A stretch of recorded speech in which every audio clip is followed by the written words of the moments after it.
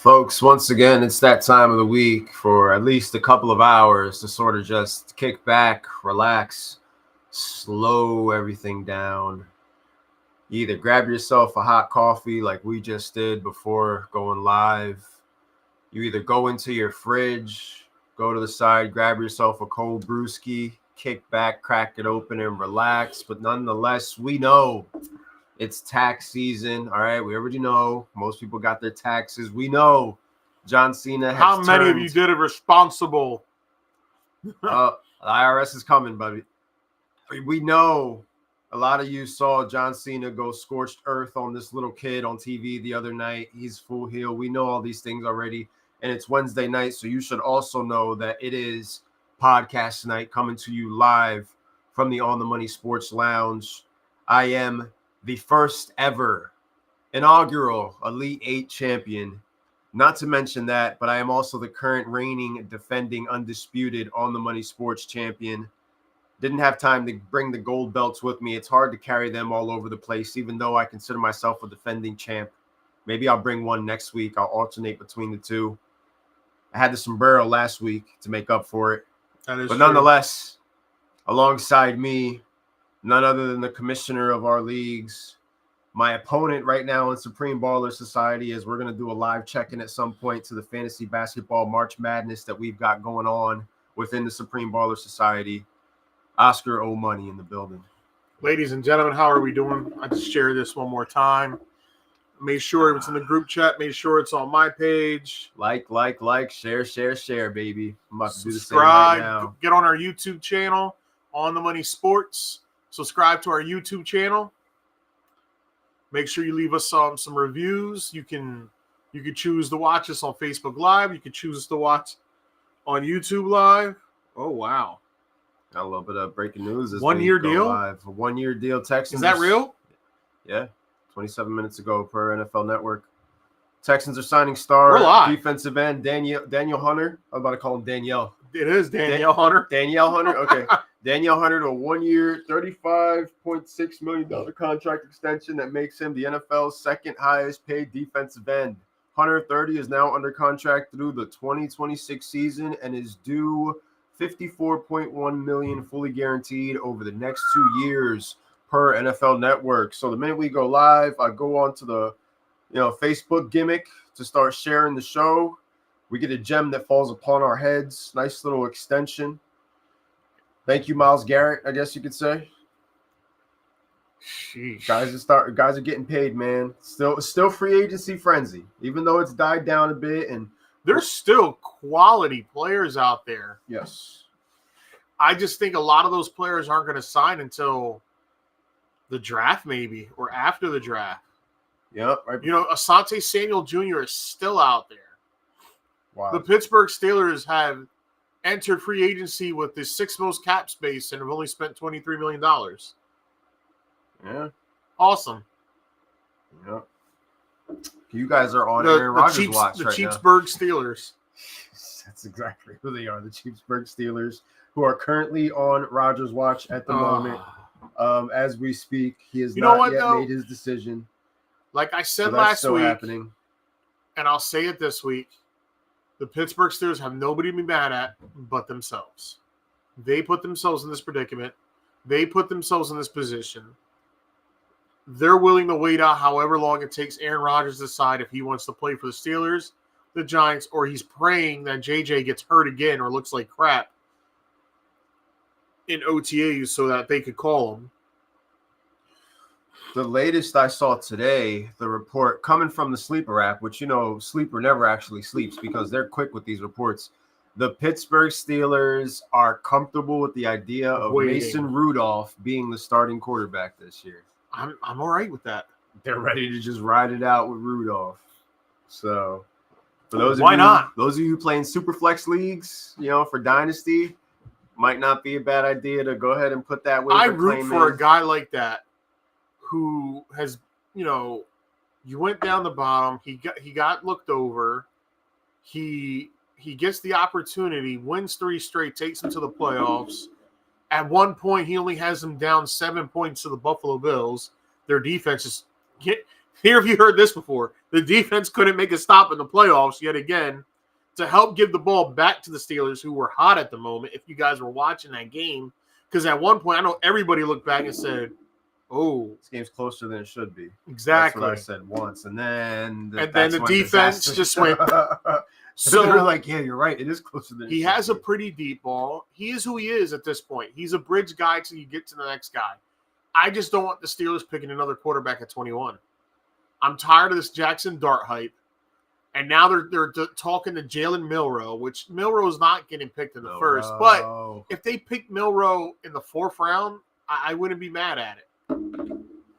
I'm cool off the boogeyman. I'll take Jameis at this point. What's up, Chris? First one to check in for the pod tonight. I saw the Mason thing, and I also saw Jameis Winston being linked to the New York Football Giants, and I'm actually excited about that for you because of the fact that that's the and from it's a selfish fantasy perspective, but it's like if you have Malik Neighbors, Jameis Winston is the exact person that you want. Not just that, like we had the conversation before on the pod, the idea of potentially signing J-Mo, drafting a Cam Ward or a Shador Sanders, and having, that starter there while you're slowly developing the rookie into the role that he's eventually going to take on. You don't necessarily have to throw him out there week 1.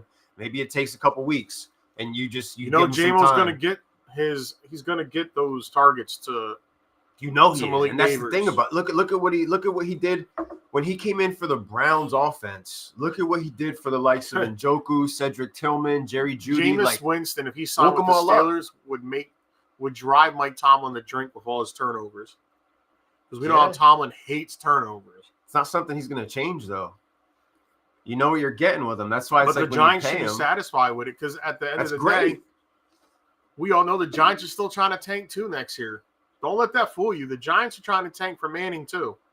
Like J-Mo to the Giants would be great. It would be fun. You get some excitement, a little bit of offensive explosion. It's good for Tyrone Tracy for now until we see what happens on draft night, because there's a chance that at some point the New York Giants draft one of these young rookie running backs, and depending on who that name is, if they bring in one of the big dogs that we know about, it could spell, timeshare for Tyrone Tracy. As we got the uncensored 1995 we'll continue where we left off from last week. Continuing where we left off from the pay-per-view from last week with the uncensored 95 WCW and the height of them, poaching a lot of WWF talent in order to put together bad man. Their organization, competing with WWF, Monday Nitro, Monday Night Wars. This is like right in the beginning of all that before it all blows up and becomes what we historically know it to be. So those are tough times, This is Pastamania era, so to speak. Monster Truck. Andre the Giant as the father of the Giant. It was piss off, Rick. Giants should trade for Barkley. What's up, Rick? What's up, Chris? 2 members of the Sandlot Baseball Association checking in. Draft this Sunday for the Sandlot Baseball Association. Absolutely loving it. Giants could definitely go running back at some point in this draft. I like some of the defensive pieces that they've put on that side of the football. I'm interested to see how they approach the draft, because we're only talking about round 1. Who's going to do what in the top 5? We haven't really even gotten into the other aspects of the draft. We haven't got a lineup yet, like a draft order, right? No. We got time. I'm just it's moving fast. Like it's progressing like faster and faster. There's a lot going on in the world of sports. Chase and Higgins, Brown, Smith, Paul checking in. 44.8% wide receiver duos of the Bengals salary cap is 3 players. Oh. 44.8%. Guys, all you can do. Did you hear the other? Did Sleeper give you the other update today about the Bengals? What? About Trey Hendrickson will sit out if he doesn't get a new contract or traded. I mean, at this point, it'll be good to trade him, recoup something for him. Gotta get something. Gotta get something. It was crazy because, I chimed in on that post earlier today that RJ put out. Because that was crazy. Yeah, they're getting paid a lot of money, but guess what? AJ Devontae Smith costs $100 million less and just won a championship. They're getting used a lot less too nowadays. People forget about the Saquon Barkley aspect of that offense and what that's done for them. Yeah, but and what it's done. They won a championship. That wide receiver duo, look, great combination. We don't see him on the field as much. The same can be said for the Bengals. The usage ain't because fair. T. Higgins is good to miss like 4 or 5 games a year. T. Higgins did miss time. He's paid now though, and there's a lot of teams that would love a T. Higgins that didn't get him. And I need to look at his contract and see. Giants trade their pick this year to have 2 next year. I also chimed in on that point. Yeah, Rick said, "Who cares?" Because this was the other post, the post about the duo wide receivers. I forgot what Rick said, but I saw that he chimed in on that. I laughed at the other thing he posted when I posted about the playoff seeding being based on records and not home field. And that's a correct answer, said, Paul. Wide receiver duo of the Eagles allows Barkley. I mean, I think it's complimentary on both sides, though. It goes both ways, though. It goes both ways. Because we already know Brown's a monster regardless. And what we've seen A.J. Brown in another offense with Derrick Henry and nobody on the other side of him. And A.J. still put up numbers. The Eagles are a run-first football team. And A.J. Brown was a part of another run-first offense. And A.J. Brown, it comes down to efficiency. He may not get as many targets as a Jamar Chase gets, but at the end of the day, he makes up for it because you can guarantee he's going to get like a 50-yard bomb and break a game wide open. I don't mind people thinking that the A.J. Brown, Devontae Smith combo is better than Higgins and Chase, but for all the Bengals haters out there, at the end of the day, it's like you don't have a Jamar Chase on your team. You don't even have a T. Higgins on your team. They went out there. There's a lot of teams that have that. They felt like they went out there and did what was best for their football team. The problem was, and that's what they got to live and die by that sword. They did what the quarterback wanted. The quarterback said, "I want my guys." They kept them. I'm surprised nobody on that squad said, the other 56%. We can't. We got to figure out a way to get defense. Draft good. That's it. They draft good. That's all you can do. It's tough when you only got 4 scouts working for you. You gotta just draft good. You made your choice at the end of the day. You kept the team together. There's no question or doubt about T. Higgins' future now. That conversation is over. If the Bengals miss the playoffs this upcoming season, these 2 contracts are going to come back and be like, what were you got? Like, I guarantee that'll be the focal point. Well, it definitely makes the Justin Jefferson contract look good in retrospect. But at the end of the day, like, everybody's thinking the worst about this team. What if you have the conversation about them getting their shit together and getting back in the playoffs? What if that happens? What if they become what if they go back to being the Cincinnati Bengals that were one of the top 2 threats on the AFC side? Then what? Then what's everybody else is going to do? Who you guys going to lock in? What are you guys going to do? A lot of teams don't even have quarterbacks yet, and they're worried about what the Bengals are doing. At the end of the day, that's their money. It's Cincinnati. Crazy. They never won anything. This is their best opportunity to do that. They locked in their 2 star players, and they don't have to worry about that. And now on the other side, they've got to go, and they've got to draft a defense, because what would have been the better alternative? Let T. Higgins walk? They would have got shit for that if they don't pay T. Higgins. If they don't pay Jamar Chase. I think more people would understand if you let T. Higgins go and you go on the market and go get some defenders who were on free agents at the time. The Bengals' mistake was waiting too long to do this in the first place, because it would have cost them less to do this same thing. They should have paid Jamar Chase last year. They're getting bashed now for doing something that they took too long to do because the market opened up. And yes, Myles Garrett contract directly impacted what happened with the Bengals' decision-making, which is why 2 weeks later, we're seeing T. Higgins and Jamar Chase getting paid on the same day. I don't think the Vikings are going to take a step back, because I think J.J. McCarthy's going to be a good quarterback. Rob, what's going on? March Madness, baby. It's going down officially tomorrow. I need help trying to put some shit together. However, the Vikings were the recipients of a 3rd-place schedule last season as well. Yes. You got to put that in perspective, too. The schedule will be a little bit tougher for them this year. Like the Giants. The Giants are going to have a 3rd-place schedule this year. The Dallas Cowboys, they're going to have a 4th-place schedule. The Dallas Cowboys will have a 3rd-place schedule. Burrow's not bugs, bro. That's just pure hate. I don't even know why you're hating on him. What did he ever do to the Eagles? He has nothing to do with you. You don't even have to be worried about him. He shouldn't even be on your radar. I don't think he's buns. You can't. I already said he's a top 10. I don't think he's top 5. You said he was top 5 last week. Did I? Yes. You called him. Remember that. You called him overrated. And then you said he was in the top 5, and you made me yell on the podcast. Pat Mahomes, we already Lamar yelled Jackson, about Joe Burrow. Josh Allen. Matt Stafford. He's still on the beach right now making his decision. He's got the wired-in headphones or whatever they are with the towel around his neck. Maybe I did. You know what the argument was? I had him 5th, and I had Stafford ahead of him. You and Paul had me yelling on the podcast last week about freaking Joe Burrow, and now here we are talking about Matt it again. Stafford's still better. You know, and I'm a Matt Stafford guy. I love it. But at the end of the day, you know, somebody has to be the voice of reason here. What did you guys expect the Bengals to do? Let T. Higgins walk and then get shit for that? I wouldn't have shitted on him. Not pay Jamar Chase? I understand what it means. Not pay. I would have paid Chase. Steelers don't pay nobody. I'm surprised you guys paid DK $33 million. I would understand Chase. You keep Chase no matter what. No matter what. But you could have let Higgins walk, go get you a 3rd-round comp pick next year, use that money towards your defense. Oh, and that offensive line is pretty terrible too. Man, we got to go back and look at where the Bengals ranked where their defense was when they went to the Super Bowl. Did they ever have an elite defense to this point? That defense was good. Nobody talks about that. Oh, I know. That defense was They're really under good. the radar, probably middle of the pack defense.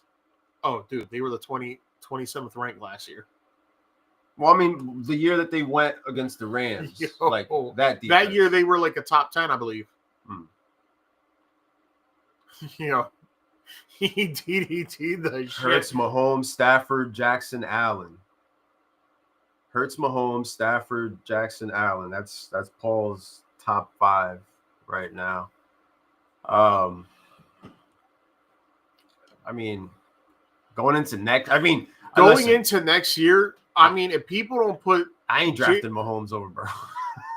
Me personally, when it comes to fantasy, Joe Burrow's on top of my priority list. And all those people that are bashing those players and bashing him, go ahead and not draft them in the draft next year. You know why you pick a guy like that? They're going to throw the ball like crazy because they're going to be in shootouts again. They are going to produce. They're going to get their numbers, and the market is the market, right? That was the saying, and now we can't, just because we don't agree with the contract itself, you can't shy away from happy they got the market is the market. 44% of the cap.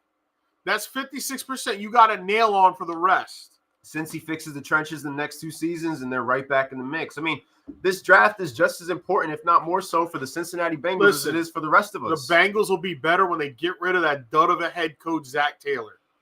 You know who has more holes to fill than the Bengals? The 49ers. But nobody's talking about that. At least the Bengals shored up the one side of the football. 49ers are done, bro. You know? Bengals What's there to talk about? They already waved the white flag when they told everybody, go ahead, go. We're not re-signing They lost 17 guys in the span of a month and a half. That division's coming down next year to the Rams and the Cardinals. Nobody drafted AJ over Chase, period. Yep, that's right. I'm not drafting AJ Brown over Jamar Chase. I'm not drafting Pat Mahomes over Joe Burrow. All right. And I'm not drafting Devontae Smith over T. Higgins either. I wouldn't draft. It ain't happening. And I ain't drafting Mahomes over Hurts. I will say this: Jalen Hurts over Patrick Mahomes. If we're talking about it from that perspective, no brainer. I think AJ Brown's going to be the second receiver taken off the board. Well, no, third. I forgot about Jetta. I think it's Chase, Jetta, Brown are the first 3 receivers taken off the board. I think a lot of people have lost. A lot of people have lost faith in Tyreek Hill. Let me look at this. Oh, I'm taking AJ Brown over Tyreek Hill, but I'm not taking AJ Brown over CeeDee Lamb. You forgot about CeeDee Lamb. I go CD before I go, and I'd go Amon-Ra St. Brown over AJ Brown. Nah. Yeah, I'd go Amon-Ra St. Brown. Yeah. I might go Puka Nacua over AJ Brown. I'm looking at it right now. No, I'm not. Look at bro. Puka was doing more damage than AJ Brown last year. Plain and simple. Puka took over in the same offense with Cooper Kupp. Took over the wide receiver 1 role on that team. And the quarterback is Cooper Kupp's best friend. I don't know if I would do that. What does that tell you? I think anything else, like, I don't know if I would take him over, like, I don't know if I would take Malik Neighbors over AJ Brown. That's when it starts getting into, like, the names. Nico Collins, I'm not. Brian Thomas Jr., I'm not. Drake London, I'm not. JSN, no. CeeDee Lamb like scares Garrett me Wilson. I don't know what we're getting with Brian Schottenheimer as an offensive coordinator next year, bro. That's scary. Is it as scary as waiting for AJ Brown to produce in an offense that's running the football to the ground, though? I don't think it's going to be like that next year. You think they're going to start airing it out? I'm a little worried. I had Higgins. Remember, fucking killed me last year. You heard a lot of people. the injury did suck, but that's something that Knock on wood. You take that risk with a lot of the players. I don't know if Barkley can hold up like that another year. I mean, I don't know if he gets another 2,000, right? I don't think he gets to 17. Puka over Eagles receivers, period. Yeah, I mean, that's for me. This Puka Nacua right now, dog. That's top 5. AJ Brown top 7. So you see them potentially using a little bit. Who's the backup in Philly? Oh, AJ Dillon. There we go. Quadzilla. Okay, yeah. So trust me, Quadzilla's going to be on a lot of Elon's fantasy teams this year. I don't know. Yeah, you will. I don't know. I mean, you're going to sit there like the 15th round, and you're going to be like this. AJ Dillon's there. I've see, with the success that has come to me over the last couple of years in fantasy football. Oh boy! I've started to branch out my line of thinking, and I've started to move away from just grabbing my favorites that are part of my inner circle, and I've branched out. Like that roster spot, I might need that spot for something bigger and better. Like Quadzilla, if Saquon Barkley stays healthy all year, how much of AJ Dillon are we going to see? And at that point, like if I start off the year 1-4 and this guy's just on my bench doing nothing, like I'm not. Don't knock on wood. Damn, Chris, you wild. I don't wish injury upon anyone. Line is a touchdown. I mean, great pickup. 26 years old still. Great backup to have. He, and in those instances where he started when Aaron Jones wasn't there, AJ Dillon had a couple of solid games, but right now, Saquon Barkley just had the best season of his life.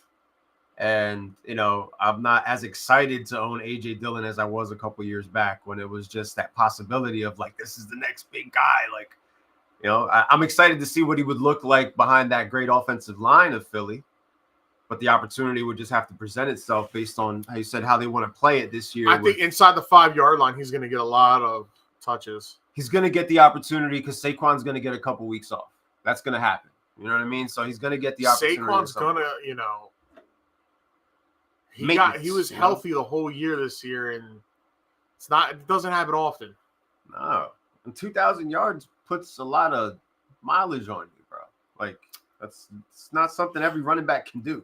I agree with you. He just gave you 2,000. Derrick Henry just gave you 1,900 in 2025.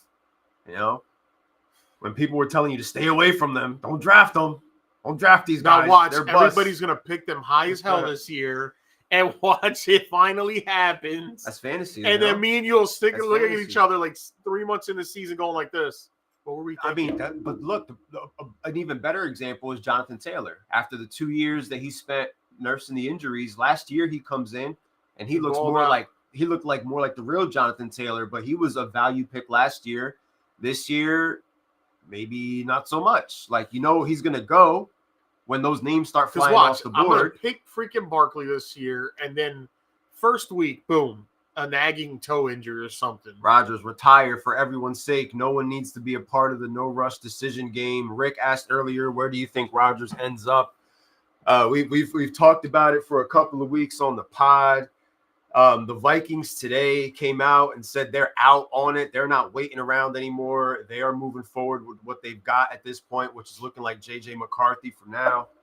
It's looking like still between the Giants and the Pittsburgh Steelers until further notice, until more news drops. There's nothing new to update. Those are the two teams, and there's retirement.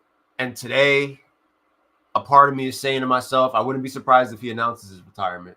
If he still makes everybody wait just to announce that he's going to end up retiring, that's just as likely as the other two scenarios, the Steelers or the Giants as of right now. 33% chance across the board with my, best Scott Steiner math. 33.3%. That it could be any of those three. So all I need right now is still Rodgers watch. A cigarette in my hand. It's still Rodgers watch, ladies and gents. We don't know. We're nowhere closer. I haven't gotten any shred of information. This is probably the third or fourth time in the history of this podcast that we've sat here and done this when it comes to Aaron Rodgers, which is partly why I relish in the idea of him retiring, because this is one of those things where it's just like, don't leave us in suspense, bro. Just make your decision. Let's move on. We got other shit to worry about, We got other shit to figure out. We got other shit to focus on. I'm more interested in where these rookie running backs are going to end up going because it's going to affect real teams, real running backs, and our dynasty fantasy league that we've got going on right now with our lineups. Like, it's going to affect all that shit across the board, including our rookie draft. Love how the Steelers guys came out and called them out on it. Either join the Steelers or you don't want to be here. That's what Cam Hayward did. That he doesn't do the hallucinogenic tea crap or the retreat. I will say that in that locker room, if he tries that shit, you got some big dudes here that are going to get in your face and not be afraid because you're Aaron Rodgers. I will say that. It's past the point of being in shock and awe of him, though. You know, we're past that point. And this team, like you said earlier in the group chat, the Steelers have been on a darkness retreat now for years. Like, they don't need this shit right now from you, okay? Like, they want to win. Mike Tomlin wants this. So if this blows up in Mike Tomlin's face, I don't want no national media member coming out talking about, oh, look at the job he did with Aaron Rodgers and all that dysfunction. Who helped create it? He did. It's his dysfunction, his mess, his problem. Yeah. Tired of it. Why? You guys have already been on a darkness retreat. You're in the middle of it as we speak. You know, you're not worried about Aaron Rodgers' darkness retreat. Everybody knows how I feel. You're comfortable with Mason Rudolph being the starter. If I have to root for that guy this fall, it's going to drive me crazy. You're not going to stop watching, right? I'm going to watch, but I don't. Remember that ticket sent to you for Tokyo Series Game 1? Well, that didn't hit. So I said I was going to put the same ticket in for Game 2, and I fell asleep, forgot. Long story short, it hit this morning. Oh, damn. Wow. Yeah, I saw that Ohtani hit a bomb in the Game 2 of the Tokyo Series. I didn't bet on the second game. I bet on the first one, and nothing worked out. And I left the second game alone, and I woke up in the morning to Ohtani hitting the home run, and I'm just sitting there like, you gotta be kidding me. Damn, 15 into 300. Shit. Makes me sick to think about rooting for number. Oh. I'm just so glad that they stopped linking us to him because I don't have to worry or think about that shit. It's looking and leaning, and we're moving towards the draft and moving towards the Tennessee Titans picking Cam Ward at the 101. They're looking to move on from Will Levis. They're going to end up going and getting whatever they can for the guy. All signs point to Cam Ward. Interested to see who else we bring in because we need another quarterback in there. So if there's any veterans out there, hint, Jameis Winston or any of those guys, like, I almost cried. Yeah, I bet, bro. That's annoying, bro. That's one of those things you think about. The Chiefs brought back Juju. Chiefs signed Juju Smith-Schuster on a one-year deal. And there is, as of today, mutual interest between the Cleveland Browns and Carson Wentz. That might happen.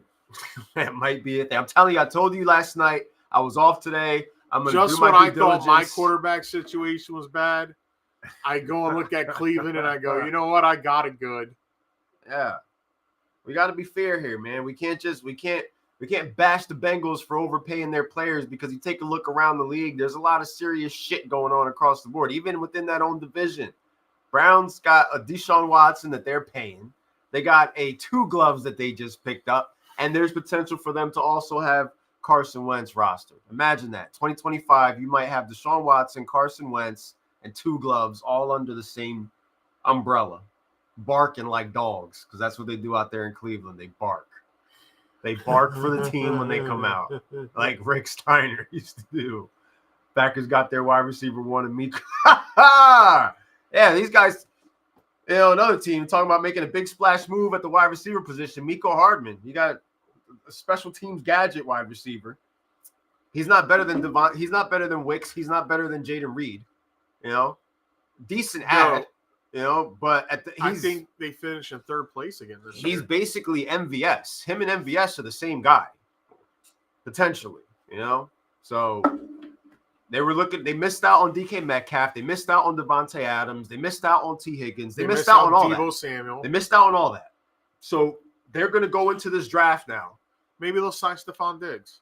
And they're a team that is good at drafting wide receivers, but they're going to go into this draft now. The Packers have 4 number 3s. Who do you get? Matthew Golden? Like, who are you really going to get from where they're going to draft? Like, what wide receiver? You're not going to get McMillan.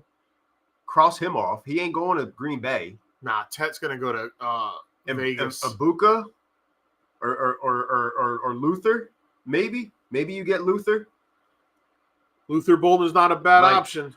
They'd be lucky if they ended up getting him. They'd be lucky. That would be a blessing if they managed to get him. That would be a steal for the Green Bay Packers. But you need to get somebody else because Mecole Hardman can't be the big splash move that they were talking about potentially doing. For all that, you better just learn to start having a little bit more appreciation for the wide receivers that are there.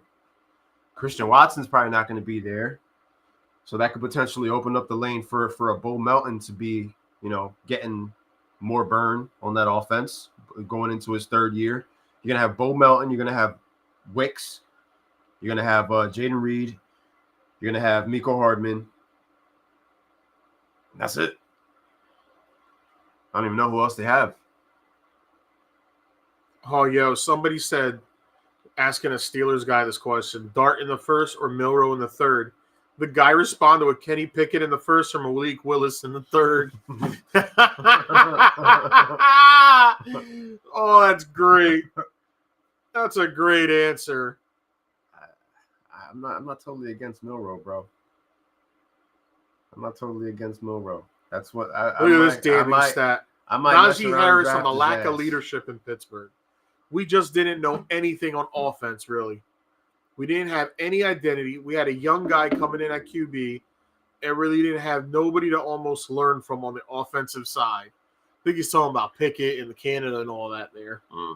It's a good thing we aren't playing each other this week. I'd be up 8-0. See you next week. Do our playoffs in Yahoo basketball start next week? I don't even think I looked at my basketball lineup for Yahoo this week. I knew we were still in the regular season. But do the playoffs start next week, Rick, for us? I'm not totally sure. And if so, I'm the 3 seed, you're the 2 seed, so we're going to be going head to head in the first round anyway. Dobbs. Oh, Romeo Dobbs. Yes. Okay. Thank you. Romeo Dobbs. Another. Okay. Another number 2. So Mecole Hardman basically is the 4th best wide receiver on this team. Dobbs, Reed, Watson are all number 2s. Watson's not going to be there. Watson's gone. They're not going to re-sign him. He's gone. It's going to be Wicks. It's going to be Reed. It's going to be Dobbs. How many years has it's going to be Hardman. Jordan Love started? 4. 2, right? Yes, they do. It doesn't matter who's in your lineup. Well, I lost Wemby, so we'll see what happens. I lost Alman Thompson too, so I'll try to put my best foot forward next week, and hopefully be able to eliminate you. That would be our first playoff matchup in any of the fantasy sports so far. Also today, rules got proposed. Yeah, I posted one earlier about the Detroit Lions. Eliminate automatic first down on defensive holding and illegal contact. I'm not mad at that.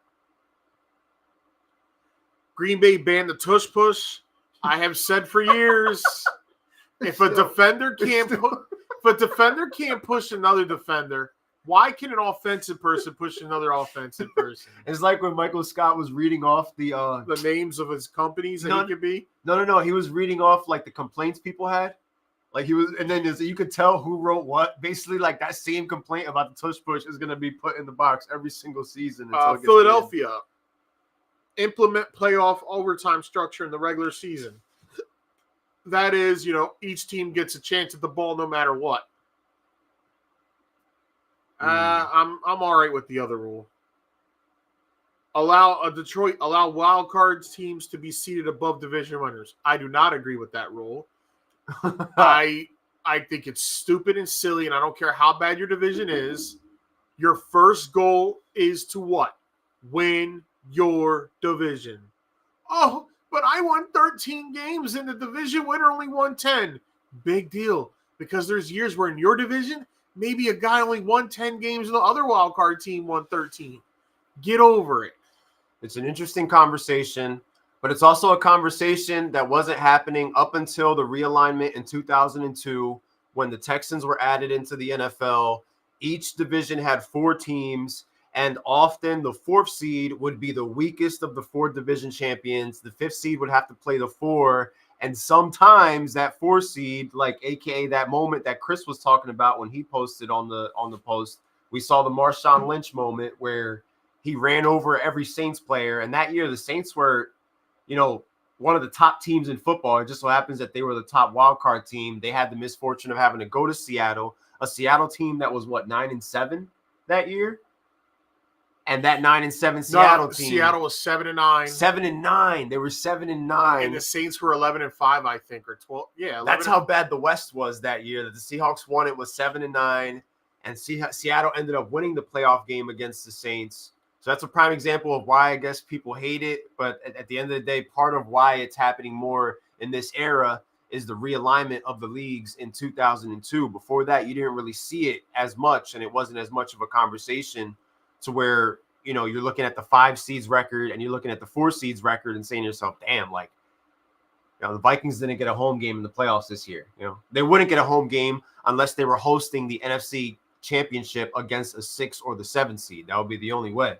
Yeah. You're a road warrior throughout, but also home field advantage. You win your division. If you win your division, you should get a home playoff game. That's how I see it. That's honestly. The whole point of winning a division. I'm going to post a video of why the tush push shouldn't be banned. It's from a former defensive coach based off of the rules. For Detroit. They got the chance to host the playoff game that they ended up losing. Their proposal of the tush push isn't like Rick doesn't want to hear what they have to say. You know what it is? Their proposal, Green Bay's proposal, that if you're under center, whoever has the ball, no one else can push him forward. Okay. I don't see a problem with that. Yeah. Quarterback sneaking like everybody else does. Right. That makes sense. If I'm a defender, I can't, have my linebacker push me down to the floor to knock the offensive lineman out to get through. It's called leverage. They're going to find a way to fix the wording in it where they can eventually ban it. It's just a matter of how long it's going to take for them You're absolutely right. ban the tush push. But they're right now, because of the conversations, because of the posts being made, it makes me feel like they're going to find the perfect verbiage, you know what I mean, to be able to officially, in a couple of years, make it so that you're not allowed to do the tush push anymore. Is Oscar defending the chip in Supreme Ballers or Terrell? They both are, because they ended last year in a tie. So we have co-champions. Diggs is with the Patriots today. Just like co-managers. That means nothing because Rondell Moore was with the Titans today and he signed with the Minnesota Vikings earlier. So, another injury-prone player. Minnesota adding a little bit of depth to the wide receiver position on their roster, bringing in Rondell Moore. Of course, we know former Arizona Cardinal. Showed a couple flashes of what he could do, but can't really stay on the field up until this point. However, he's looking to be sitting behind Jordan Addison, Justin Jefferson, TJ Hawkinson, and be a part of what they've got going on in Minnesota with potentially a JJ McCarthy that as of right now, this is going to be, this is the do-over. He got hurt last year.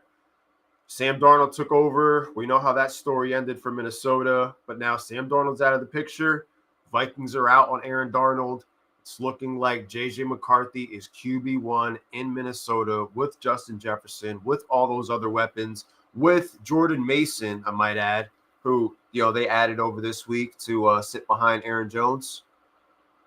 I really agree that what was said by people before, if it was about a player's safety, you should talk about it. Other than that, it doesn't hold the fight. With that said, Chris Jones got injured from it in the Super Bowl, so we can understand it being talked about now.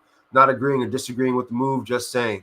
If they can prove that enough people got hurt from doing it, because when other teams try to do it, people end up getting hurt. So it's like one of those things where other teams have to keep willing to be doing it. So if other teams' players keep getting hurt, we shouldn't allow this. That could actually put a hinder on. We're allowed to do it too since it's not banned. So we're going to try it. Oh, we lost a player. See, this is why this should be banned. We just lost one of our players for the season. Another mock draft in another week where honestly, who the hell is that? It's been so long since I saw this. WCW. Please tell me that's not Brutus Beefcake. That's Ric Flair. That's Ric Flair dressed in it's Ric Flair. It Yeah, it's Ric Flair. is! It's Ric Flair, bro. Look at I the know chops. that punch. Yeah. This is when him and Savage were beefing. Flair versus Savage is WCW 95, so this is the height of that feud. Who convinced Flair to do this? To dress up as a chick. I mean, Vince Russo wasn't there, so you can't blame him. can't blame Vince. It's WCW, bro. Like I was saying, Maybe it was the booking committee. They came up with the another idea mock draft in another sports stuff. Shador dropping a 21 again. This is the second mock I've seen. Wouldn't that be a steal for you guys, though? I would take Shador at 21. If he dropped that low, which I don't know why he would, but if he did, that would potentially be a steal for you guys. Pretty much. Wouldn't be the worst thing in the world, right? It would make you kind of forget about Manning. At that point, you can throw that out the window. Yeah. Because that you're out on that. Like, this is Yeah. going to be the guy. This is your guy now. You know, and you inherit everything that comes along with that. You know? And then you see where you go from there. Oh boy. But it's mock draft season, it's dynasty football season, so the mock drafts are out there. You know, they're everybody's clamoring to put their stuff out there. They're talking about potentially, if a trade does happen involving Will Levis, that it would happen on draft night. So another draft night Tennessee Titans trade to be on the lookout for. You know, another potential quarterback. Bro, that could end up Tyreek going Hill's somewhere having else. his 13th kid. That's Second crazy. with his new wife. He had 5 kids last year alone with 5 different women. That's pretty wild. Yeah, he's going to be playing for a long time. That is crazy. Nikolai Jokic is going to be out today. So I will have to find another night to start him because I was going to start him against you tonight. It's the Nuggets against the Lakers in the 10 p.m. window. For any of you vampires like myself looking for some late night entertainment, you got Nuggets versus Lakers. You will not have Jokic in that matchup.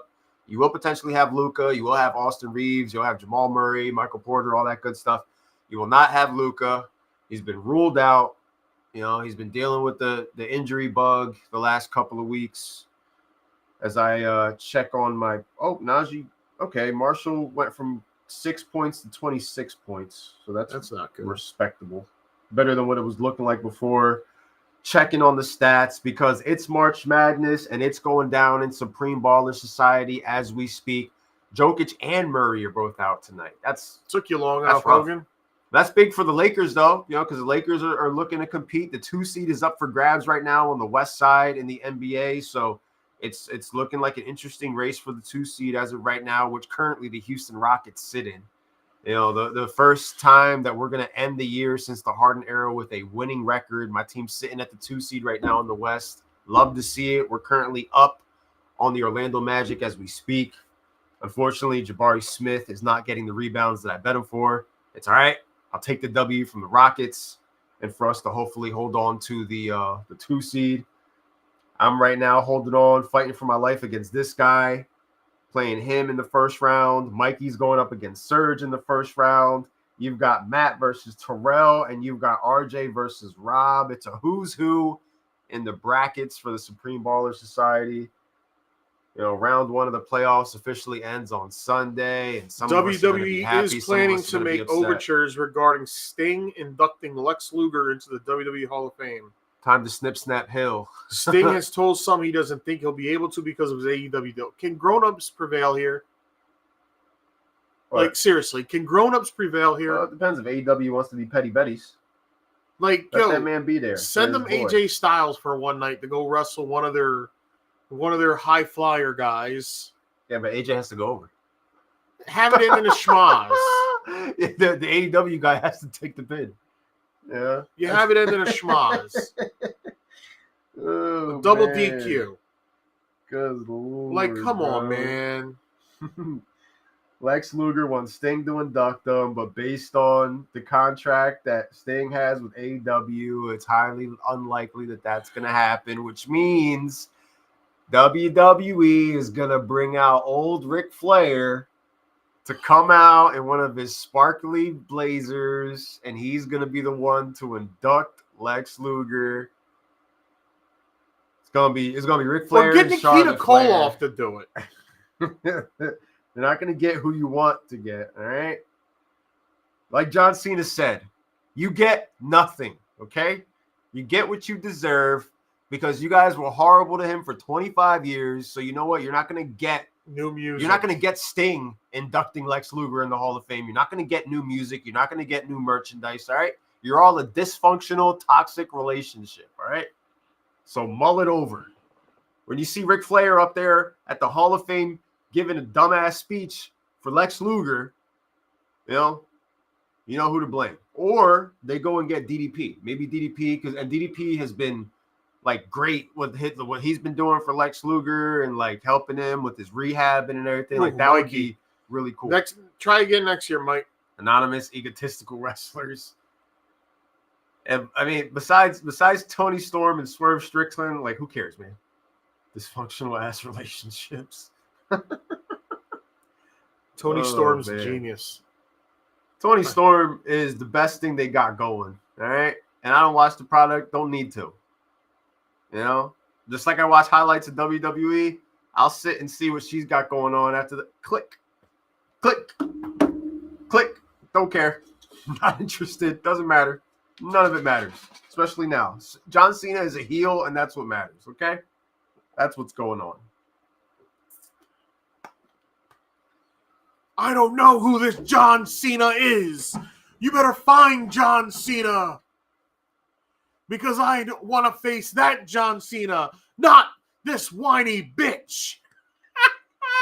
But you know what? That John Cena left you laid out covered in your own blood. And all you could do was come out smiling. Like, once again, these guys have left you laying in a pool of your blood, and you just want to come out smiling in one of your suits. Like, adrenaline. That is my problem. So. That is my problem with this guy, bro. That is my problem. Anybody who he's feuding with is the interesting character in the feud. It ain't him. And let's be real here. And you know me, I was never a Cena guy.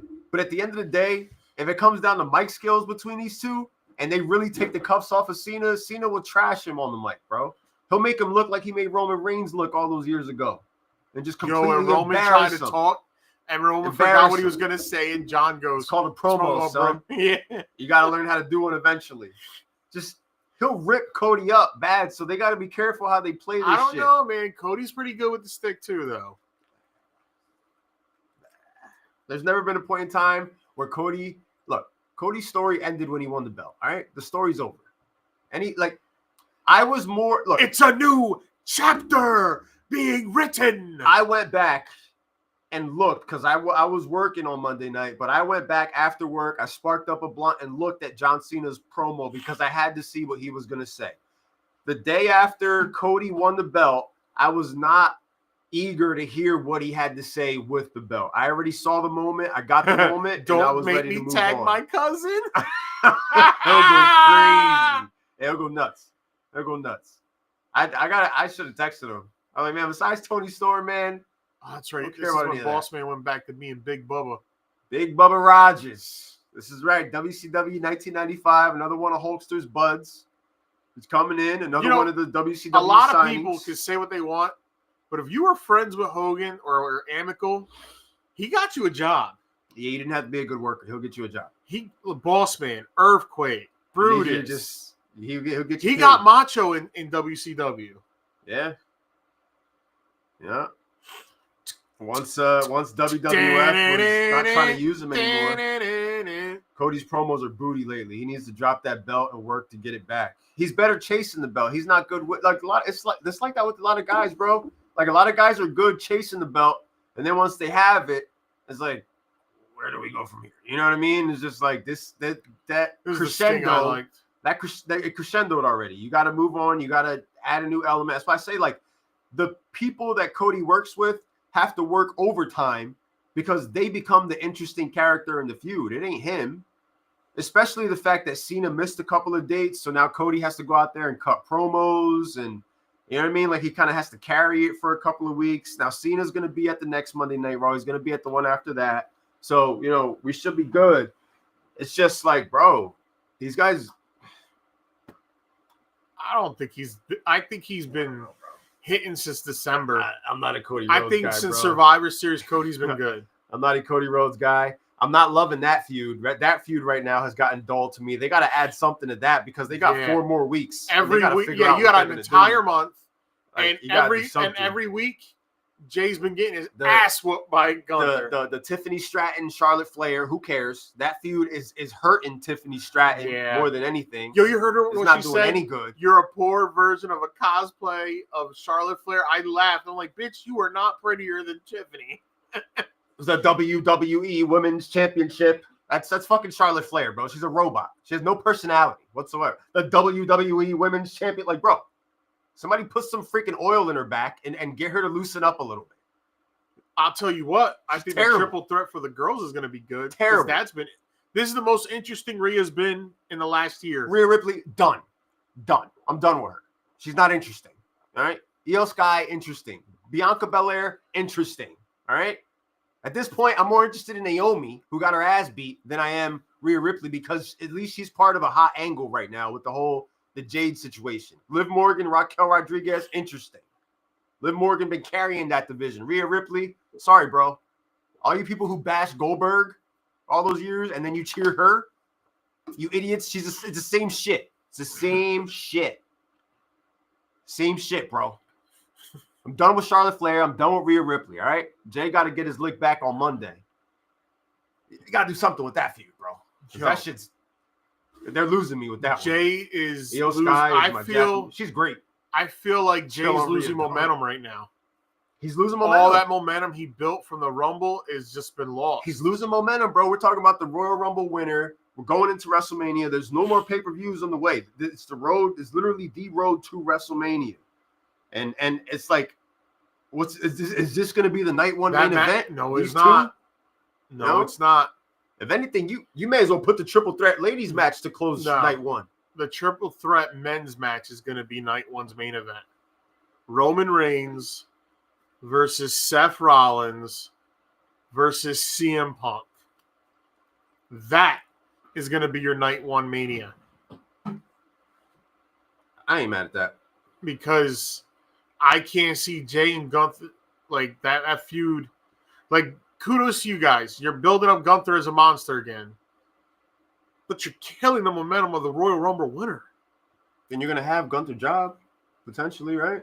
You're going to give Jay his moment at Mania. I'm starting to think they're not. So you're building Gunther up for what? I don't think Jay's winning. Then he loses again? He loses the main event. Jay going to lose at the main event? I could see it. Where do you go from there with him? You got to turn him then. You're going to lose all that merch? Maybe you get back to the Bloodline 1.0 again. Just give him the belt, and then he'll drop it a month later. How's that? Drop it to his cousin. Just give him the belt, and he'll drop it. Just give him a month. That's how you could get Roman to be heel again. Just give him a month. Nobody like him again. He beats his cousin for the World Heavyweight Championship. Shinsuke Nakamura set to leave WWE. Last I read, he hasn't re-signed. Gunther. They're not unifying those belts. Gunther going to go over. All right, so damn. Triple H is a big proponent of separate brands and separate champs. Maybe that's what's best for business is Gunther going over and keeping the belt, man. That I don't care about that match at this point. I don't either. I don't think it's going to be a good match. I'm not emotionally interested in that match. I'm not emotionally interested in Charlotte Flair and Tiffy.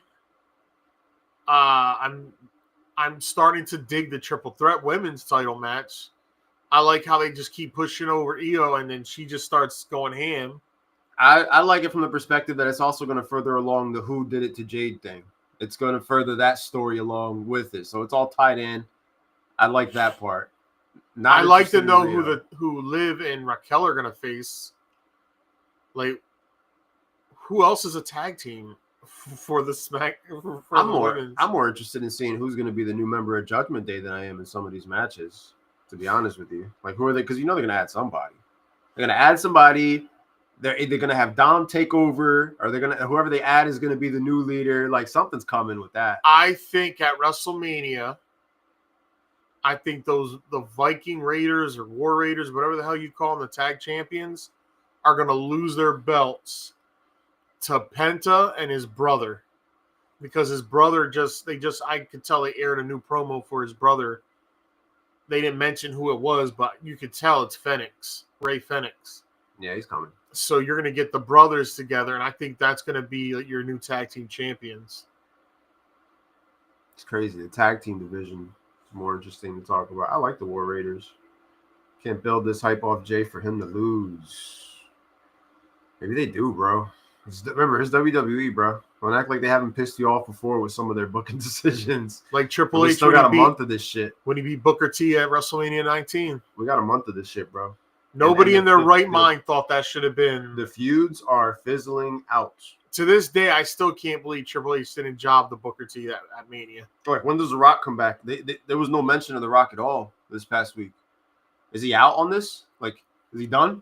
I don't know. He does what he wants. What is going on? If he wakes up tomorrow and says, you I think with a little Terramana, and The Rock's going to be at SmackDown, Cody Rhodes. All the marks who are bashing the John Cena promo, whatever, my whole thing is he still does have to explain why he did that to Cody. He didn't really do that. No, he didn't. He did the people thing. The people did this to you, but now it's like, okay, now you got to – because he let Cody have his moment. He let Cody say what he needed to say. He let him walk away.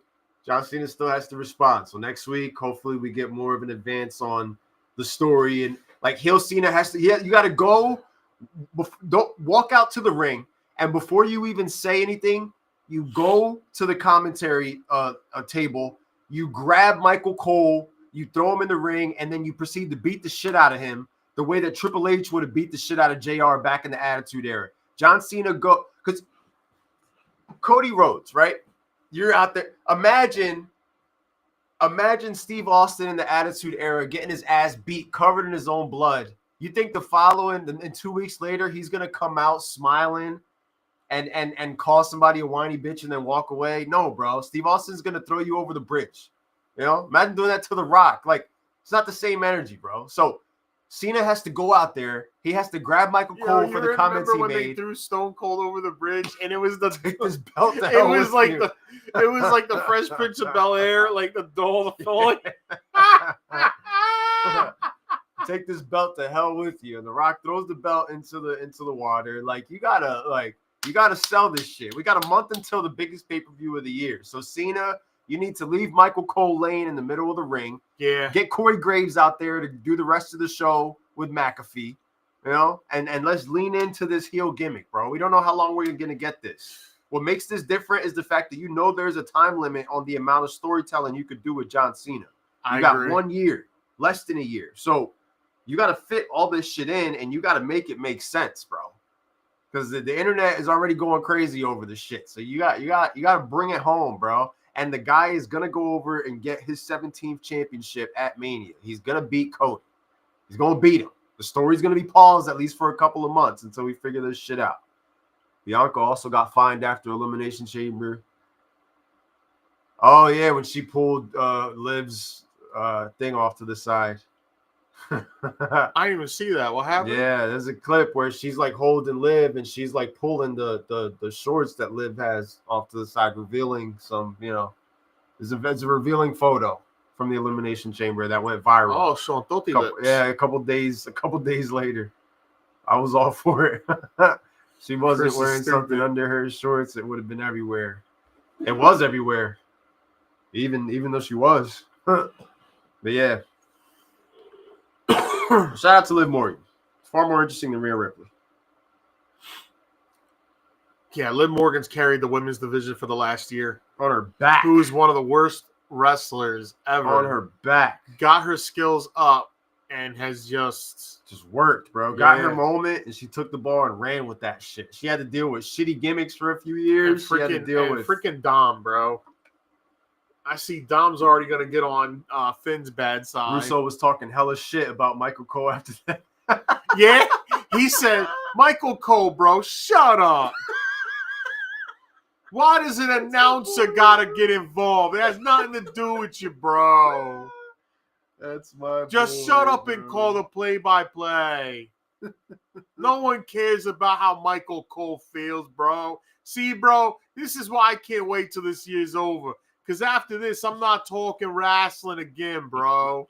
That's the proclamation made by Vince, bro. He's done after this year. Liv is a Jersey girl, too. Hell yeah. Hell yeah. Representing Jersey the right way, bro. And, you know, they got her and Raquel. They got the old Shawn Michaels Diesel complex going on with the two of them. They got the tag team belts. They're holding it down. You know, I don't mind it. I don't mind it at all, bro. I don't mind it at all. And I'm interested to see how they play that out. And one thing I know for sure, whoever they're paired up with, those 4 ladies at Mania, they're going to bring it, bro. Like, they are going to bring it because Liv Morgan has been bringing it for over a year, like you said, just holding it down for that division. Let's see if I can get the clip up. Russo, clown shoes. Russo's entertaining to me, bro. I was just watching him talk about the promo on Monday about how it didn't make sense.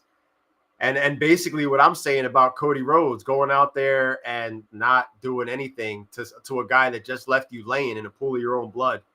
Like, not doing nothing. You just walk out there, you call him a whiny bitch, and then you walk away. So, you know, we'll see. I don't care. I like the Cole McAfee partnership. Oh, yeah. I think it's great. Cole McAfee together is great. Russo wanted to start all the women's wrestling gimmick, and it basically softcore porn. What, TNA?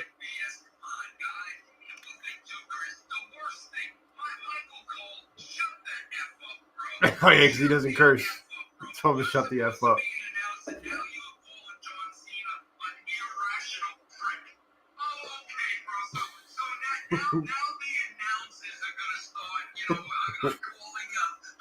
You guys probably can't hear it, but it's the segment where Russo, it's worth a listen to, especially if he's actually going to retire. It's worth listening, going back, because he reviews Monday Night Raw. So every Monday night, Russo posts a video after the show is done. Highly entertaining. You don't even have to watch Raw itself. Just watch Russo, bro, because he's just an entertaining guy. If I didn't get paid to watch this, I wouldn't be watching this, bro. And he talks about, he goes back, he does the comparisons when he was booking. He mentions other shit that's going on.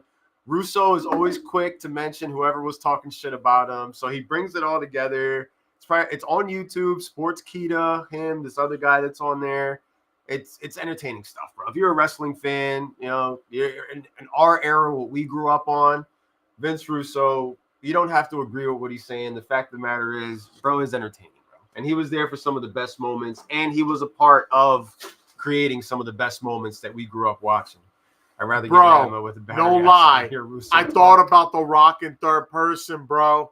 And before I could say it, he already did it, bro. He's a guy that was there for a lot of the shit, man. WWF magazine writer that Vic Venom. Hey, at some point or another, he must have done something right because he did get the book. He did something right one day. You know, you can say whatever you want, but we wouldn't know shit about him had he not gotten the book. And he fleeced WCW, but at the end of the day, a lot of guys fleeced WCW. So, yeah. You know, let's be real here. Can't just blame Russo when there was a bunch of people collecting checks. It wasn't David Arquette's idea to get the belt. That wasn't him. That was you guys. Give Vince the go. I doubt that. Oh, man. Well, he was booking at the height of the popularity when they finally won. Yo, Big Bubba beat Sting clean. Bro, you can tell it's been a long time since I've seen this shit. You can't blame Russo for that. That's their golden goose. They're treating like that. You know? The Stinger. I'm 11 years old at this time. What the hell? That's your boy Hogan. That's a Hogan idea right there, getting one of his boys over. Just like it was his idea to get who was your other boy? Oh, him beating Steve Austin? That's Hogan booking, bro. That's Hogan. Who else? Scott Steiner. His first match as a heel, Scott Steiner jobs to Lex Luger. That's Hogan. Steiner talked about it in a recent interview. He was calling Hogan a piece of shit. I don't think that had anything to do with Hogan. He said it did, bro. That was Hogan. Come on, bro. Why You act like he's not pulling strings. You act like he didn't I have don't- the creative control. I don't think he cared about other people's creative, bro. Okay. Of course He was didn't. worried about Of course. his. Oh, no, We all Hogan, know that. Hogan never buried anybody, bro. Of course. Yeah, when they wrestled him. Sting will be appearing around Gloucester, Camden County, and it will be his last signing. Yeah, for Ooh. Monster Mania, I think in July, I think. Good to know. Good to know. Because after this, he's going to keep on doing signings, but this is his final year of going to signings dressed in the gimmick. He's going as After this, he's going to be in Steve Borden, hoodies and tees. just regular. Yep. He's tired of painting his face for this crap. Oh, crap. Slamboree was on my birthday that year. Slamboree Sunday, May 21st, live shit. on pay-per-view. 1995. Always one of the forgotten pay-per-views of the, because once they started going to the monthlies, that was one of them. But Slamboree was always one of those that I kind of always just overlooked. I remember like Spring Stampede. You remember Super Brawl, you always remember Super Brawl. I remember Super Brawl, Starcade, Bash Fall at the Brawl. Beach, Bash I at the remember Fall Fall Brawl, Brawl. Halloween Havoc. I remember Those. it was the ones I remember were Great American Bash, Fall Brawl, Starcade, Super Brawl. And then they just started adding something like Halloween Havoc. Super Brawl was they always were- a big deal. Starcade Which was I always a never big understood deal. how they got the Halloween Havoc pay-per-view and like WWF never did their own version of something like that. Halloween Havoc growing up to me always felt like a big one because they used to go all out for the set for Halloween Havoc. Like they'd have the big pumpkin out, you know what I mean? Like War Games was always a big thing for me, which is why I know Fall Brawl. But it's like Slamboree and even to an extent, Great American Bash would sometimes like slip through the cracks as far as like the forgotten pay-per-views of the time period. Sister Sherry rocking with the Harlem Heat at that point in time that we're watching it right now. War Games was originally on the Great American Bash, if I'm not mistaken. Then years later, they had their own pay-per-view for it, The Match Beyond. Then it was Fall Brawl. I remember one time it was Wrestle War. Yeah. I remember Wrestle War 91 or Wrestle War. No, it was Wrestle War 90. Had the War Games match with the Horsemen versus Sting, the Steiners, and Brian Pillman. When Sid freaking almost killed Brian Pillman in the ring when he went for a power bomb. Pillman hit his head and then he landed on his shoulder. They definitely had great names. Like get you excited for the pay-per-views when they started doing the monthlies. I never made sense to me how WWE never did like a holiday themed pay-per-view like WCW did with Halloween Havoc. They tried seasons beatings in your house. They tried. They'd always do like a Santa Claus thing. WWE, like Professor Vince, Mike today. Vince loves Santa, bro. Vince. There's the more kids Hogan to believe boys in right Santa. there. Nasty Boys right now talking to Mike today. However, the Nasty Boys Bash at the Beach were in Great American WCW Bash, before Hogan got there. So. Halloween Havoc, Starcade, Spring Stampede.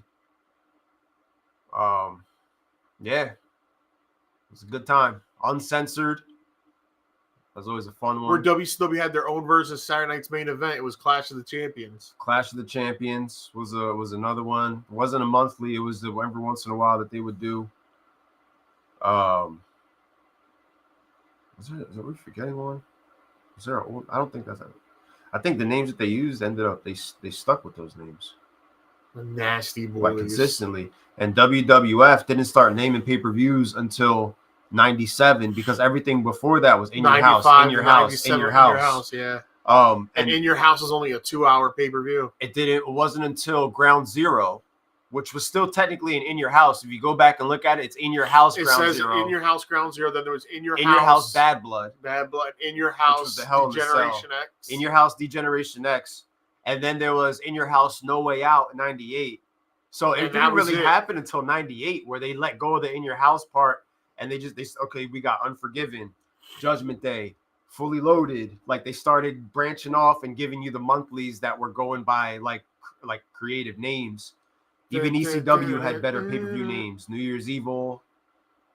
You had for ECW, you had November to Remember. Barely Legal. You had Barely Legal, which was their first pay-per-view in 97. You had Anarchy Rules. Yep. Rules. That was another one. You had ECW Heat Wave, which, you know, RIP to my uncle. He took me to 2 ECW Heat Waves, 1998, 1999. I got to watch them both live, and bro, these guys were beating the shit out of each other. Like the energy and just the match quality itself, like, it was crazy. And those guys in that arena, like, they were over, bro. When Paul Heyman, before every pay-per-view, Paul Heyman comes out, and I think this is before they even go live, or maybe it is when they go live. Paul Heyman comes out, and he cuts a promo that will just make you want to just run through a brick wall, and then you get the match right after. You get the first match. And the level of talent that was on those shows, like, I got to see the Dudley Boys, I got to see Taz, I got to see RVD, I got to see Sabu, Tajiri, Balls Mahoney, Spike Dudley, Just Incredible, Lance Storm, Jerry Lynn, all of them. They were all there. And it was just Shane Douglas, just great shit. Sherry Martel was a beautiful woman. She was, man. R.I.P.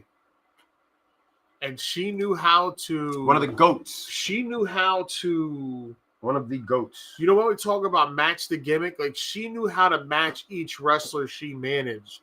Yeah. Macho Man, you know, as Queen Sherry. Shawn Michaels.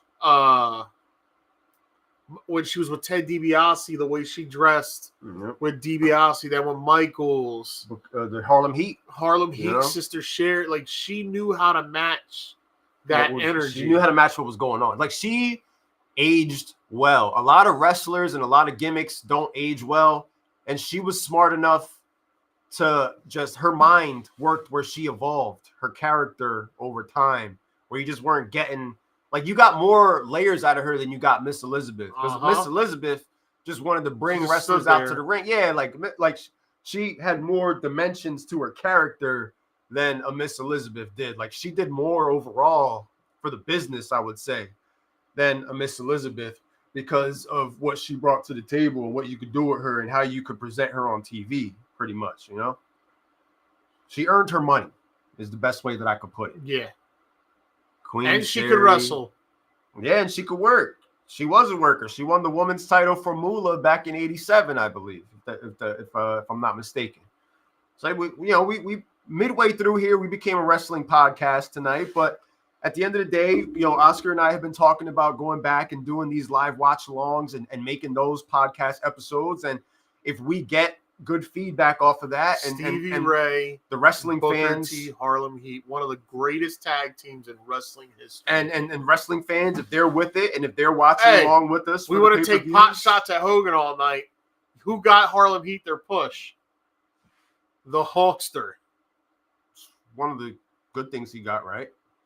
He said that he watched these guys for like a couple months. Like, he's watching them, and he's like, it was around Fall Brawl, like around that time. He goes, Eric, you're dropping the ball on these guys, bro. Well, and Eric was like, what are you talking about? He goes, these guys are money. That's one thing. Hogan always knew how to identify money, which is why he knew to hop on the NWO train, because he knew they were going to make money. So he knows how to make money. I'm not saying he's not smart. It's just some of the... He tried to bury one of the greatest of all time. And luckily, Vince McMahon loved the Undertaker gimmick so much that he wasn't going to let it happen.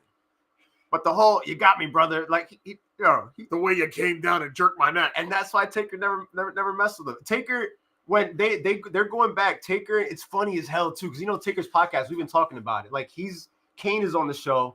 They're watching WrestleMania 14. They're watching the part where Kane is Tombstone and Pete Rose, and Undertaker in the background is like, oh, you got me, brother.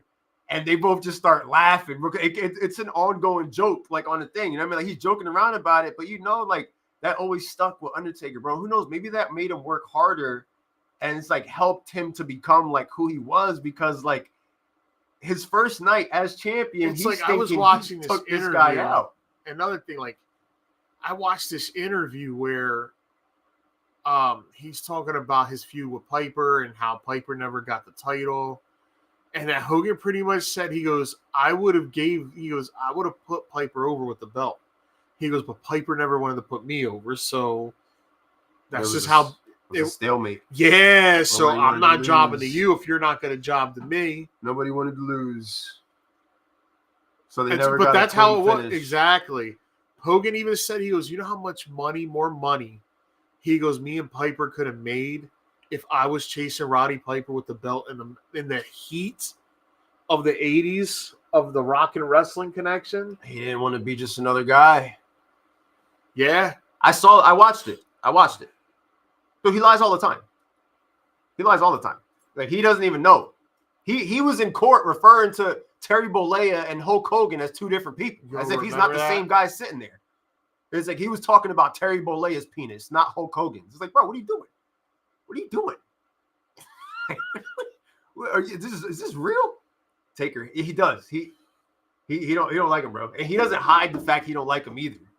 He doesn't, bro. And he's at that point right now where he's made himself a big enough name where he has the platform. And it's so interesting going back and listening to these guys talk about some of these stories, bro, and like their perspective.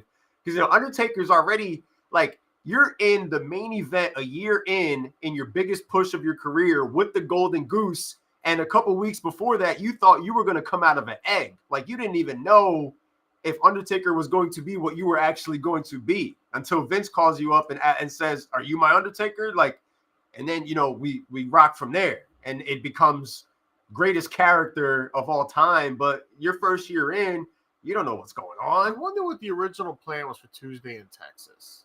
Layla Ali saved his life as he was about to come and gun down. Who was that? Taker? Hulk Hogan. Hulk Hogan? After all that shit went down with his son and his wife, his first wife leaving him, he was in a big dark depression. Yeah. Linda? He was in a very big dark depression. Because they both, when they split, they both ended up dating people that looked like the others. Like, she was dating someone who looked like him, and he was dating someone who looked like her. And I think that Hogan knows best destroyed that family. Yes. They destroyed his marriage, destroyed his family. He was trying to make money without putting the tights back on. That's what it came down to. And when he wasn't making that money, I'll never forget that one episode where, and my dad looked and my dad said, while we watched that shit live, he goes, that marriage is about to end. When she was like, you got me used to this luxurious lifestyle. I don't want to give this up. And he looked at it, he goes, damn, like, I'm hurt. It was a shoot. Like, he goes, my body's beat. She goes, well, you better find something to keep my lifestyle together. He goes, it was a shoot, bro. He goes, well, I guess I better put the tights back on. That show was a shoot. Like, the look he gave her when she said, it looks like you got to keep supporting the way I am. Like, the look was like, this bitch. It wasn't supposed to be as real as it got on that show. It got too real. And that's what happened, bro. And he went all in on his daughter's music career, which blew up. I mean, people talk about the TNA failure, but that right there was probably one of the biggest bombs. What he should have been worried about his damn son be turning into a knucklehead that he turned into. Yeah, and then the TNA experiment with him, which before he got the TNA was actually pretty good. And then it turned into the Hulk Hogan show. And then you had everything that... Yeah, I agree with the wrestler thing. Everything I've ever read was Mickey Rourke, so I don't know why Hogan said what he said about that. Just lies about shit, bro. You had such a great career. You don't have to lie about half the shit that you lie about, but you just lie because you're a habitual liar. Dude, at the end of the day, you had an amazing career. Can't help yourself. You're the reason, honestly, you're one of the reasons why professional wrestling is as big as it is. And he's also one of the reasons why he catches all the heat now that he has, because you were the biggest thing in wrestling, and you screwed up your own shit. You talk too much. You're always doing something. And you got caught in a bunch of lies. And that's why you catch the heat that you catch. That's it. Just be thankful for everything you had. You know what I mean? Hang it up. Hang it up, bro. That's it. Well, one thing is true. He did patch it up with Savage before Savage died. And that was confirmed by Lanny. Be a man, Hulk Hogan. Ooh, yeah. Lanny Poffo did confirm that. His brother did him. He goes, they weren't buddy-buddy, but they were able to, like, talk it Hogan out. Had a pro career with Cincinnati Reds. Yeah, that was Macho Man. That wasn't you. Lanny did say they were able to talk and clear the air. That's good. And that they did get on talking terms where they would actually talk like once in a blue moon. But Yeah. I think Taker has a new episode of his podcast. Matter of fact, dropping. I gotta check that out. I missed a couple weeks. I was listening to Kevin Nash's. I go to the Baja for 6 months out of the year. Yo, I saw that Ventura didn't find out that Hogan snitched on him until 5 years later. Yep. Like he didn't know it was him. Yep. So imagine all the conversations you probably had with him leading up to that, and then he like, son of a bitch. Like they were really good friends too. That's the crazy part. Little snitch. The many crimes and lies of Hulkamania to be explored one day. Well, I mean, it's all coming out now. I'm willing to try his American beer, though. I'm willing to see what that's about. I'm a beer guy. I'll buy it one day. Dude, and I'm so tired of the videos I keep saying. The one guy crying his eyes out. Sign for the kids. It's a beer event. Why would you bring your kids to a beer event where it strictly says Hogan's only signing cases of beer and taking a photo? You're going to have your 10-year-old kid holding a case of beer with Hulk Hogan's name on it? Stupid. That's why. His fans are stupid. They don't understand. The one cop looked at him and goes like this. I don't know if you've seen the video. The cop looks at the guy complaining.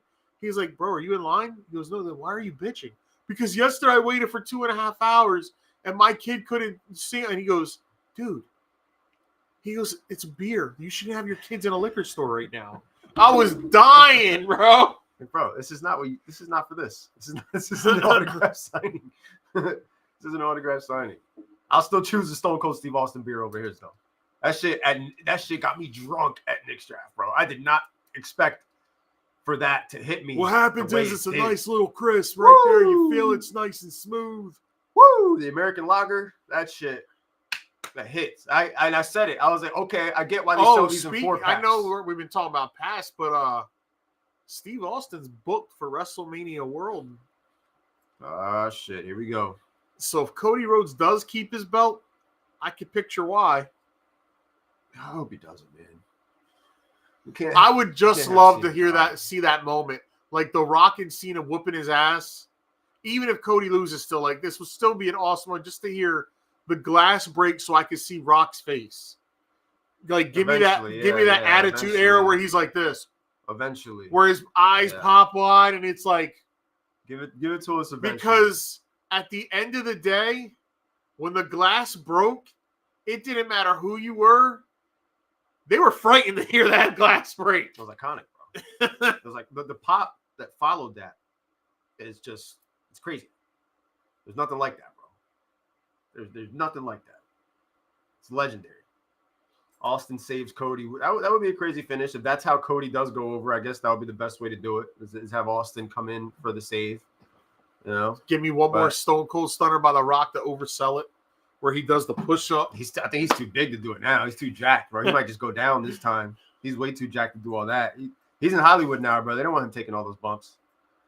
We got the Rocky Mountain Monster on TV. Big Van Vader, one of the greatest heels of all time. Yeah, when that glass broke, of all time, it didn't matter who was in that ring. You were catching an ass whooping. Oh, yeah, it was over. It didn't matter if your name was The Undertaker, The Big Show, The Rock. Yeah, it was the glass breaking and then the flash of light bulbs from people's cameras just going crazy because this is what you were waiting for, to catch the guy. I got to watch him live once. I got to experience the Stone Cold Pop I never got once to see it. My entire life. And he wasn't even wrestling.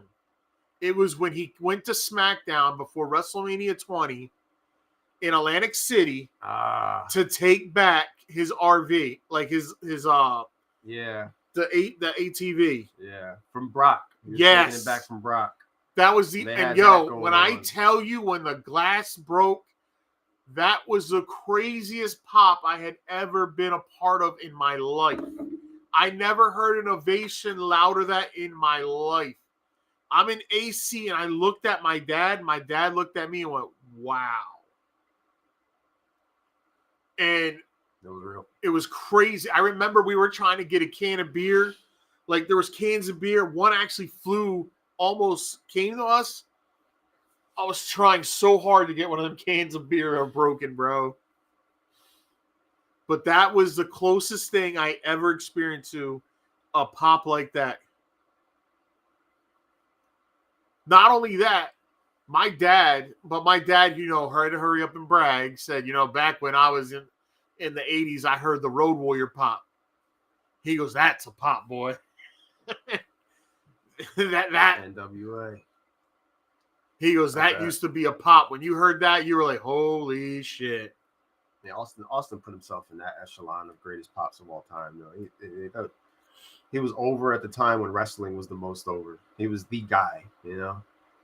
I don't care what channel you had it on in the Monday Night Wars. When Austin was on TV, you flipped the channel to see what Austin was doing. Bro. Kept it on. He took over that segment, no matter what was going on the other channel, bro. It was Steve Austin, man.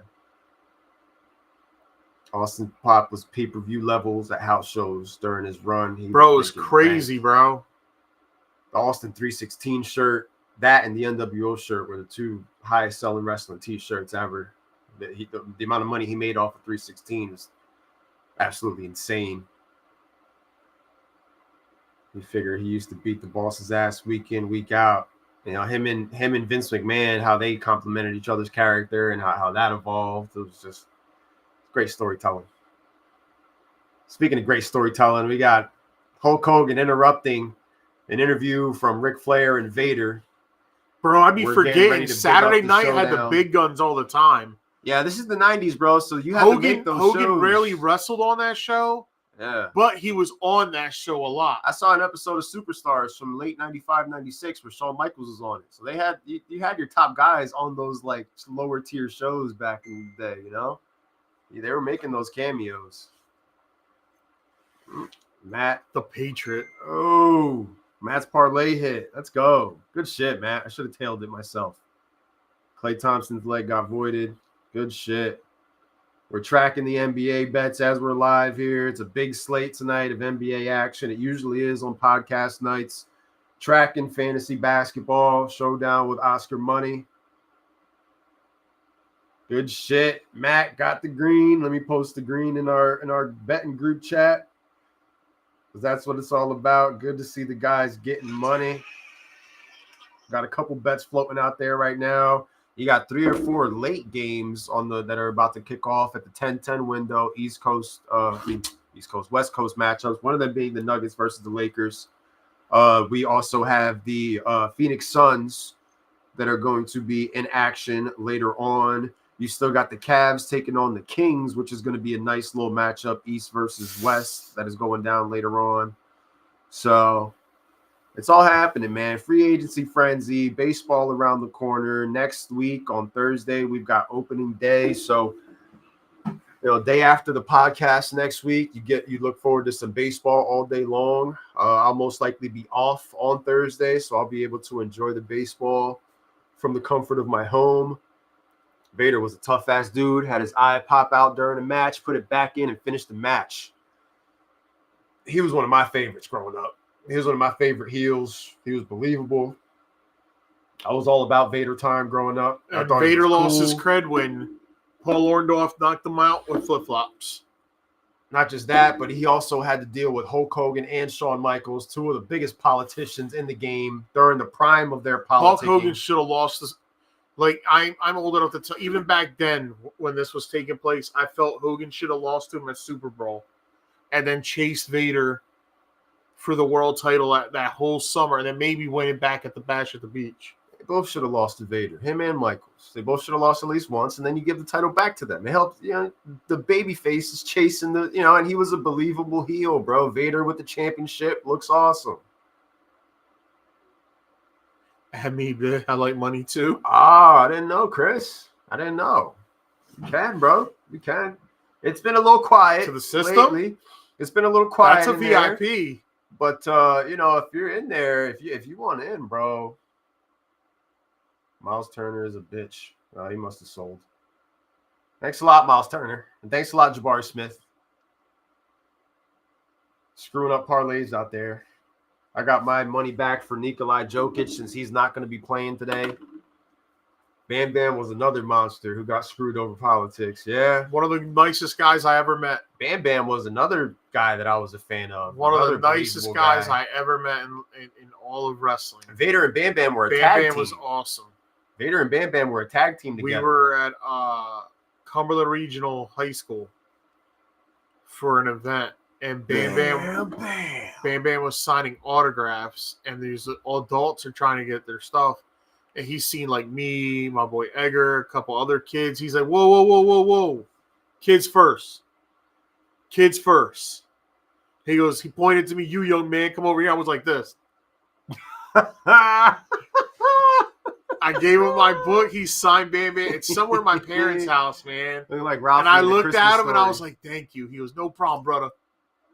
That's cool. He was next. That's a cool moment to remember. Adam man. Baum. Adam Baum was another nice guy I met. I'm not a big gambler on basketball, but I made some decent money during baseball season last year. We did too. And I'm ready to attack baseball hard. And we have about a week until baseball kicks off. So I'm going to definitely be looking at the prop bets for opening day. I'm going to be looking at the lines. I'm going to be looking at the teams. You know, Major Payne beat his ass. He even had a cameo in the movie and shit. He also has a good oh my goodness. His shoot interview is online. His shoot interview is online for you got people out talking today? about the click. Yeah, Jokic. So I gotta reschedule him for another day. Oh, okay, because my shit went to 70% win. You went to 30% win. Oh, great. Really? Are you sure? Yeah, I just looked at it. What the hell? It's not saying that on here. I think you started marketing tonight, and he's not even playing. So I think once you adjust that too, you'll be able to. It's good. Definitely going to look a lot closer because my guys haven't been performing like that. I have DeRozan and I have Jokic tonight. No, Adam Jokic, Baum I have was DeRozan. Chris Kenyon and Adam Baum were different. Adam Baum was Raph. Yeah, Brian Adams. Brian Adams. That was Brian Adams. No, Brian Clark. Brian Clark. Brian Adams was Brian Crush. Adams was Crush. Brian Adams was Crush. You get them confused. Yeah, man. That pretty much wraps up the pod for this week. We're still on Aaron Rodgers watch, like we said. You know, got some good wrestling conversation going to set up the week moving forward to see what happens as we get closer to the road to WrestleMania, and maybe hopefully they, add some life into some of these storylines that are starting to wane. We got a month. You got to make this shit more interesting, bro. You got to make it more.